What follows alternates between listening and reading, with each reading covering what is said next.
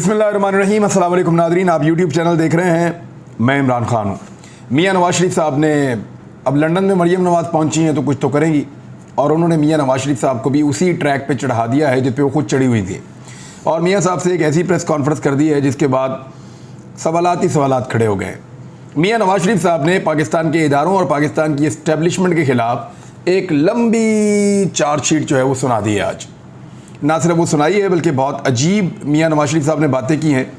मैं डाटा आपके साथ शेयर कर दूंगा अगले वीलॉग्स के अंदर कि मियाँ नवाज शरीफ साहब जेल में कितनी मुलाकातें, कितने टेलीफोन, कौन कौन से बंदे से सारा दिन कौन कौन आता था और कैसे मिलते रहते थे। ये सारा कुछ मैं आपको तफसीलात बता दूंगा। आप हैरान हो जाएंगे कि पाकिस्तान की तारीख़ में किसी कैदी को इतनी मुलाकातों का और इतनी मौजों का कभी भी जो है माहौल मुयसर नहीं आया जितना मियाँ नवाज शरीफ साहब के लिए वहाँ पे फ्लेक्सिबिलिटी मौजूद थी। मियाँ नवाज शरीफ साहब ने बहुत सारे इल्ज़ामात लगाए साबिक वज़ीर आज़म है पाकिस्तान के। उन्होंने कहा कि मरियम नवाज़ साहिबा की वालदा या मेरी अहलिया जो है उनकी बीमारी का मजाक उड़ाया गया। ये तो वैसे हुआ था और गलत हुआ था, ये नहीं होना चाहिए। लेकिन ऐसा नहीं हुआ कि ये सब ने किया था, ये चंद लोगों ने किया था और वो नहीं होना चाहिए। और ऐसी चीज़ें PMLN के लोग भी करते हैं जो गलत है। ये किया जाना हमेशा से गलत है। उन्होंने बताया कि मरियम नवाज़ को मेरे सामने गिरफ़्तार किया गया। दोबारा नैब वालों से पूछा गया कि क्यों गिरफ्तार करना चाहते हैं, तो बताया गया कि वो झूठा केस ले आए हैं और साथ में गिरफ्तारी के वारंट भी ले आए हैं। अब मैं परेशान हूं कि नैब वालों से नवाज शरीफ साहब ने पूछा कि आप मेरी बेटी को क्यों गिरफ्तार करना चाहते हैं, तो आगे से नैब वालों ने ये कहा कि हम झूठा केस लेकर आए हैं। यार ये कोई करने वाली बात है मियाँ साहब। इज़ इट पॉसिबल कि किसी ने आपको गिरफ्तार करना और वो आके आपको ये कहे कि जनाब आपके खिलाफ हम झूठा केस लेकर आए हैं और आपको हम गिरफ्तार करना चाहते हैं? ये तो नहीं हो सकता। ये तो NRO आपको पाकिस्तान में अब मिला हुआ है, उस वक्त तो ये NRO नहीं था। फिर मियाँ साहब ने कहा कि जिस तरह गिरफ्तार किया गया मेरी बेटी को, हज़ारों बेटियां अपने वालिदैन के सामने गिरफ्तार होती हैं, जेलों के अंदर मौजूद हैं। मियाँ साहब ये पहली बेटी नहीं है। दूसरी बात यह है कि छोटी बेटी जो है मरियम नवाज़ की, वो रोना शुरू हो गई जब गिरफ्तार किया जा रहा था। तो जब मॉडल टाउन में गोलियां चलाई जा रही थी उस वक्त भी बच्चियां रो रही थी कि हमारी माँ को गोलियां मार दी गई हैं। और बहुत सारी रोती हुई बच्चियों की तस्वीरें जो हैं वो 25 मई के तशद्दुद में भी नज़र आ रही थी, उस पर भी ज़रा आप तवज्जो दे दें। और एक बच्ची जो मेंटली रिटार्टेड थी, बीमार थी। सिर्फ मियाँ नवाज शरीफ साहब अपने भाई शहबाज शरीफ से पूछिएगा, उन्होंने उसके माँ को और बाप को कितने दिन तक अंदर रखा और किस तरह का टॉर्चर किया, सिर्फ आपके एक रिश्तेदार को करप्शन के केस से बचाने के लिए।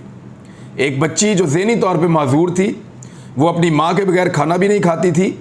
उसकी माँ को और उसके बाप को, बगैर किसी जुर्म के उसकी माँ को, और क्योंकि वो जुर्म में साथी था आपके एक रिश्तेदार के, तो अपने रिश्तेदार को बचाने के लिए आपने दोनों माँ बाप को पकड़ लिया और पकड़ के इतने अरसे तक उनको बंद रखा कि इसकी कोई दूसरी मिसाल नहीं है। और ये शहबाज शरीफ ने किया था। अपने भाई से पूछिएगा कि उन्होंने ऐसा जुल्म क्यों किया।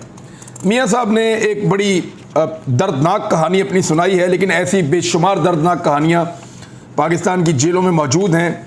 3 मरतबा वज़ीर आज़म रहने के बावजूद, 40 साल तक इस मुल्क में हुक्मरानी करने के बावजूद, इस ख़ानदान ने कभी भी इस तरह की तकालीफ और इस तरह के जो दर्द हैं उनका अजाला नहीं होने दिया। मियाँ नवाज शरीफ साहब ने आज एक और काम किया है। उन्होंने लफ्ज़ इस्तेमाल किया एब्सोल्युटली नॉट। इमरान खान साहब से वो बहुत मुतासिर है मियाँ नवाज शरीफ साहब, और उनका एब्सोल्युटली नॉट इस वक्त जो है वो हर तरफ वायरल हो रहा है। शरीफ ख़ानदान से अगर आप पूछें कि आप क्या चाहते हैं, आपकी आखिरी ख्वाहिश क्या है, तो वो चाहेंगे कि हम इमरान खान बनना चाहते हैं। वो आज भी ऐसा ही लगता है। थोड़े दिन पहले शहबाज शरीफ ने कहा एब्सोल्युटली नॉट, फिर अब नवाज शरीफ ने कहा एब्सोल्युटली नॉट। इमरान खान दस्तखत करते हैं किसी चीज़ पर, ये सारे दस्तखत करने चले जाते हैं। वो चाय के अंदर कोई डबो के रोटी खा ले, ये सारे वो करना शुरू कर देते हैं। वो बच्चों से मिल ले, ये बच्चों से मिलना शुरू हो जाते हैं। वो बुज़ुर्गों से मिल ले, ये बुज़ुर्गों से मिलना शुरू हो जाते हैं। अब देखना ये है कि ये अपना हेलीकॉप्टर कब ख़राब करेंगे कहीं पे उतरने के लिए, कि जहाँ पे हेलीकॉप्टर ख़राब करके ये उतरेंगे अचानक और उतर के लोगों से मिलेंगे। यानी इमरान खान जो करें या उससे जो हो जाए ये उसकी नकल करना चाहते हैं। तो नवाज शरीफ साहब ने जो एक बड़ी अजीब बात की वो मैं आपको बताता हूँ। नवाज शरीफ साहब ने यह कहा कि पाकिस्तान जो एटमी ताकत बना था, हमने दुनिया की आंखों में आंखें डालकर बात की थी, हम किसी के प्रेशर में नहीं आए थे। मेरे सामने प्लेट में रखकर $5 अरब पेश किए गए, हमने उस पर एब्सोल्युटली नॉट कहा कि हमें नहीं चाहिए। बात यह है मियाँ साहब, अब उसामा बिन लादेन को भी कह देते कि एब्सोल्युटली नॉट, मुझे पैसे नहीं चाहिए, उनसे तो पैसे ले आए थे। आप असगर खान केस जो है वहाँ पे जब आईजीआई पैसे बांट रही थी, आप वहाँ पे भी कह देते कि एब्सोल्युटली नॉट, मुझे पैसे नहीं चाहिए। जब आप ये बना रहे थे लंदन के अपार्टमेंट्स, तो उस वक्त जो आपको पैसा दे रहे थे, जिस तरह भी दे रहे थे, उनको भी आप कह देते कि एब्सोल्युटली नॉट, मुझे ये पैसे नहीं चाहिए। वो सारे थोड़े थोड़े पैसे तो आपने पकड़ लिए। यहाँ पे डॉक्टर अब्दुल कदीर ने बड़ा साफ साफ बताया हुआ है, उन्होंने बताया हुआ है कि नवाज शरीफ साहब जब वेल्डिंग किया करते थे ना, जिस दौर के अंदर स्क्रैप को, उस दौर में हम एटम बम बना चुके थे। जब भट्टी में स्क्रैप वेल्ड करते थे नवाज शरीफ साहब, उस दौर में हमने एटम बम तैयार कर लिया था। फिर डॉक्टर अब्दुल कदीर ने कहा नवाज शरीफ तो पटाखा भी नहीं फोड़ सकते थे, और ना भुट्टो साहब घास खाकर एटम बम बना सकते थे। ये पाकिस्तान का काम था, फ़ौज पाकिस्तान का काम था, वो इसके पीछे थी और अवाम की सपोर्ट उनके साथ थी।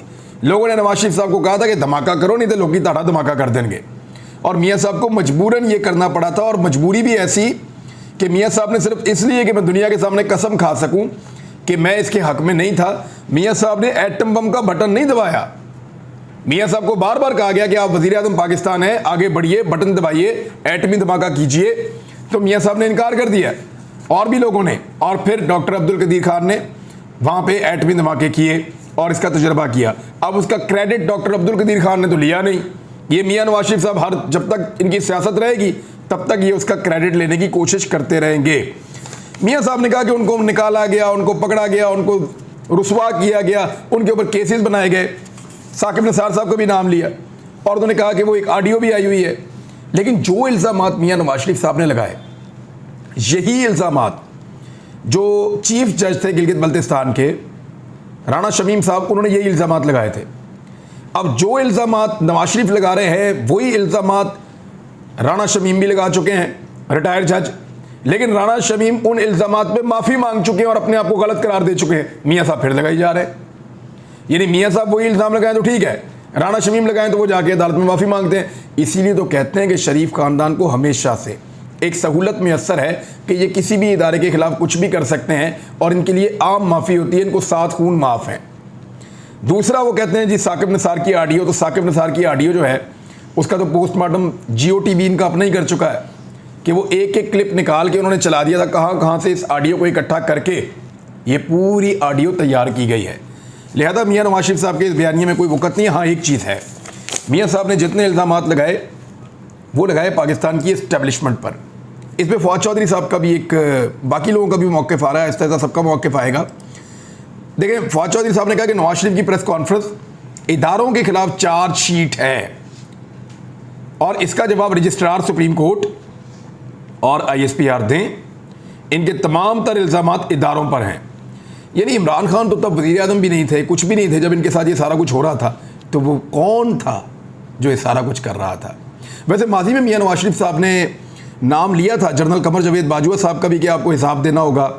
इन्होंने जनरल फैज़ हमीद साहब का भी नाम लिया था माजी में, उनके ऊपर भी एलिगेशन लगाए थे। कुछ और सर्विंग जनरल्स के भी नाम लिए थे और कुछ जजेस के भी नाम लेते थे मियाँ नवाज शरीफ साहब, साकिब निसार साहब के और दीगर के।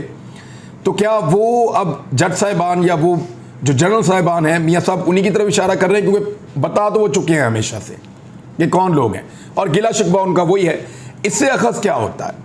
मेरे ख्याल में मियाँ नवाज शरीफ साहब कर ये रहे हैं कि वो दोबारा से बूट को इज़्ज़त दो की पॉलिसी से वापस जा रहे हैं वोट को इज़्ज़त दो की पॉलिसी पे, क्योंकि उनको पता चल गया है कि पाकिस्तान की आवाम नाराज़ है, हम महंगाई कंट्रोल नहीं कर सके, हमने लोगों की उम्मीदों पे पानी फेर दिया, हम गवर्नेंस नहीं दे पाए, हम पाकिस्तान के हालात को कंट्रोल नहीं कर पाए और हमने पाकिस्तान की इकॉनमी का भी पट्टा बैठा दिया और आम आदमी की हालत भी जो है वो अबतर कर दी है। तो ऐसी सूरत हाल में अब उनको करना क्या है? उनको वापस अपना पुराना वाला बयानिया चाहिए। अब वो ये कहना चाहेंगे कि हमें तो फंसा दिया गया इन हालात में। मैं आपको बता देता हूँ और मैं आपको बताऊँगा चीज़ें रिकॉर्ड के साथ। ख्वाजा साद रफ़ीक को, जावेद लतीफ़ को और 1-2 और लोग हैं PMLN के, इनको अगर आप इकट्ठा करके सुने तो आपको समझ आती है कि नून लीग इशारों में ये बात बताती है कि हमें ये कहा गया कि इमरान खान किसी ख़ास शख्सियत को किसी ख़ास ओहदे पर बिठाएगा और बिठाने के बाद हमारे ख़िलाफ़ कवानीन ज़्यादा सख्त हो जाएंगे, हमारे ख़िलाफ़ एक्शन ज़्यादा तेज़ हो जाएगा। नैब अदालतों में मजीद जज भर्ती हो जाएंगे और आप सबको सजाएं हो जाएंगी। उसके बाद इमरान खान साहब सिस्टम बदल देंगे और मुल्क में सदारती निज़ाम आ जाएगा और इमरान खान साहब लंबे अरसे तक मुल्क के ऊपर हुक्मरानी करेंगे। इस तरह की चीज़ें कहकर हमें डराया गया, हालांकि ऐसा कुछ हो ही नहीं रहा था। तो वो कौन था जो इन सबको डरा रहा था और डरा के इनको घेर घार के इकट्ठा किया, इन सबको एल्फी लगाई और एल्फी लगाकर इनसे रजीम चेंज ऑपरेशन करवा दिया। अब वो जो रजीम चेंज ऑपरेशन हुआ है, और वो कौन था जो अमेरिका को बता रहा था कि इमरान खान अपनी मर्जी से जा रहा है, रशिया, इससे पाकिस्तान का कोई लेना देना नहीं है, या पाकिस्तान का मुश्तरका फैसला नहीं है, इमरान खान अपनी मर्जी से जा रहा है। वो कौन था जो अमेरिका को भी ये कह रहा था और इधर कुछ बता रहा था, अमेरिका में कुछ बता रहा था। हर तरफ एक जाल बिछाया जा रहा था कि इस आदमी को सारे मिलकर निकाल दें, और फिर इस तरह एक रजीम चेंज ऑपरेशन हुआ। अब नवाज शरीफ साहब से बड़ी माजरत के साथ कि अब बेशक नवाज शरीफ साहब नाम तो नहीं ले रहे क्योंकि उनके भाई की हुकूमत है पाकिस्तान में, लेकिन एक बात बड़ी क्लियर है, उनका शिकवा आज भी फवाद चौधरी साहब की ट्वीट ठीक है कि इदारों से है। तो इस पर registrar supreme court of Pakistan और DGISPR जो है वो इस पर जवाब दे सकते हैं और इनके तमाम जो इल्ज़ामात हैं वो इदारों के ऊपर हैं और इस पर क्लैरिफिकेशन आनी चाहिए। क्योंकि मियां नवाज शरीफ साहब है ना, पहले इनके ऊपर पाबंदी थी पाकिस्तान में टीवी के ऊपर आने पर क्योंकि ये इदारों पे इल्ज़ामात लगाते थे। अब दोबारा उनके ऊपर पाबंदी उठाई गई है, अब वो दोबारा बैठे हैं, फिर से इदारों के ऊपर ही इल्ज़ामात लगा रहे हैं। तो ये है जी मियां नवाज शरीफ साहब की पूरी प्रेस कॉन्फ्रेंस। राणा सनाउल्लाह साहब ने क्लेम किया कि मुझे पता चल गया है कि लॉन्ग मार्च कब आ रहा है। 12 से 17 अक्टूबर के दौरान उन्होंने क्लेम किया है कि लॉन्ग मार्च आ रहा है। देखते हैं इस बीच में आता है या नहीं आता, लेकिन सूरत हाल तो जो बनी हुई है उसमें अवाम ये चाहती है कि फौरी तौर पे लॉन्ग मार्च किया जाए और इस हुकूमत को घर भेजा जाए और नए इंतखाबात करवाए जाएं। लेकिन क्या ऐसा होगा, ये बहुत अहम है। इमरान खान साहब ने अब तैयारी पकड़ ली है ज़िमनी इंतखाबात की जो 16 अक्टूबर को होने जा रहे हैं। हुकूमत इन इंतखाबात से भागना चाहती है, लेकिन अब भागने का इम्कान बहुत कम है। 11 अक्टूबर को इमरान खान साहब ननकाना साहब में जलसा कर रहे हैं, शरकपुर में 12 को, करम में और मर्दान में 13 को, और 14 तारीख को कराची के अंदर इमरान खान साहब जलसा करेंगे और 16 तारीख को बैलेटिंग होगी। इस बैलेटिंग में अगर इमरान खान साहब ज़्यादा सीटें जीत जाते हैं तो फिर इम्पोर्टेड हुकूमत जो है ये उसके लिए और मुश्किल हो जाएगा कि वो कब तक इंतखाबात से भागते रहेंगे। ANP ने कह दिया जी कि अगर इंतखाबात को मज़ीद आगे बढ़ाया गया ना, ज़िमनी इंतखाबात फिर मुलतवी किए गए तो हम इत्तेहाद से निकल जाएंगे। ये उन्होंने धमकी लगा दी है और ये एमल जो सूबाई सदर है एमल वली खान, उन्होंने ये धमकी लगाई है और बाकायदा तौर पे उन्होंने कहा कि अपने वफाकी हुकूमत को इस बात से आगाह कर दिया है क्योंकि वफाकी हुकूमत एक मरतबा फिर इंतखाबात को आगे लेकर जाना चाहती है। एक और बड़ी अजीब खबर है, कामरान टसूरी, गवर्नर सिंध लगा दिया गया इनको। कामरान टसूरी कौन है? ये 2017 में MQM में आए थे और 2017 में MQM पाकिस्तान MQM के अंदर ये रहे थे। मुस्लिम लीग फंक्शनल को इन्होंने छोड़ा था और फिर ये चले गए थे। डॉक्टर फ़ारूक सत्तार के बड़े करीबी थे, लोग इन्हें डॉक्टर फ़ारूक सत्तार की ATM भी कहते हैं। पैसे वाले आदमी हैं, तगड़े बंदे हैं। पहले इनको MQM में शामिल करवाया गया, उसके बाद फिर ये MQM ने इनको निकाल दिया ये कह कर के ये बंदा पार्टी के अंदर डिवाइड पैदा कर रहा है। और फिर अभी 1 महीना पहले इनको वापस पहले पार्टी में शामिल करवाया गया और अब इन्हें गवर्नर बनाया गया। तो ये जो एक रिकॉर्ड है ना कि रिकॉर्ड याफ्ता लोगों को ही हमने इस मरतबा ओहदे देने हैं, ये रिकॉर्ड सहूलतकारों ने अपना ख़राब नहीं होने दिया और एक मरतबा फिर एक ऐसे आदमी को सहूलत दी गई जिसका एक बाकायदा रिकॉर्ड है और उसको बनाया गया गवर्नर सिंध। मैं तमाम जो अपने कराची के और सिंध के बहन भाई हैं, वैसे भी उन पर एक मुश्किल वक्त है, एक बड़ा सैलाब आया हुआ है, मैं उनसे अफसोस का इजहार करता हूँ दिल की गहराइयों से। अल्लाह ताला उनको सब्र अता फरमाए, इस किस्म की आजमाइशें उन्हें भुगतनी पड़ती हैं। अब ज़रा एक डाटा है छोटा सा, बल्कि अगले वीलॉग में डाटा आपके सामने मैं रखूँगा कि पाकिस्तान में और भारत में किसानों की हालत में कितना फ़र्क है। इस पर एक रिसर्च मौजूद है, वो आपके साथ शेयर करूँगा। ANP ये कह तो रही है कि फौरी तौर पर इंतखाबात कराओ, लेकिन इंतखाब के लिए उनकी हालत पतली है। 4 सद्दा में ये 2 तस्वीरें हैं, इसमें आप देख सकते हैं। एक में इमरान खान साहब जलसा कर रहे हैं अकेले, पाकिस्तान तहरीक इंसाफ, और सामने आप अवाम देखें, अवाम की ताकत देखें, लोगों का हुजूम आप देखें, और दूसरी तरफ ये जनाब हो रहा है 14 जमातों का इत्तेहाद और ये इनका जलसा, यानी जलसी है। दोनों तरफ जो है वो टेंट भी लगा के इसको बंद करने की कोशिश की गई है।